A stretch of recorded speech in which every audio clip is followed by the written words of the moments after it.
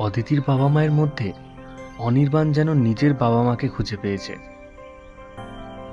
অনির্বাণকে পেয়ে তারা এতদিনের সব দুঃখ কষ্ট ভুলে গেছে। আসলে যারা জীবনে থেকে যায় তারা জীবনটাকে কখনোই ভেঙে দেয় না, বরঞ্চ জুড়ে দেয়। অন্যদিকে অদিতি হয়ে উঠেছে অনির্বাণের অনাথ আশ্রমের মণিমা।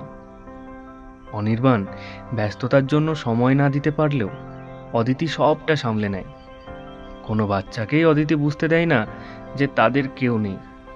ছাতা হয়ে সবাইকে আগলে রেখেছে। অনির্বাণের যেটা দুর্বলতা ছিল সেটাই আজ অদিতি শক্তি হয়ে উঠেছে। আসলে আমাদের সমাজে অদিতি আর অনির্বাণরা চিরকালই থাকবে। ওরা দুজনেই দুজনের শক্তি। শুধুমাত্র তারা এক হলেই সব সমস্যার সমাধান হয়ে যাবে।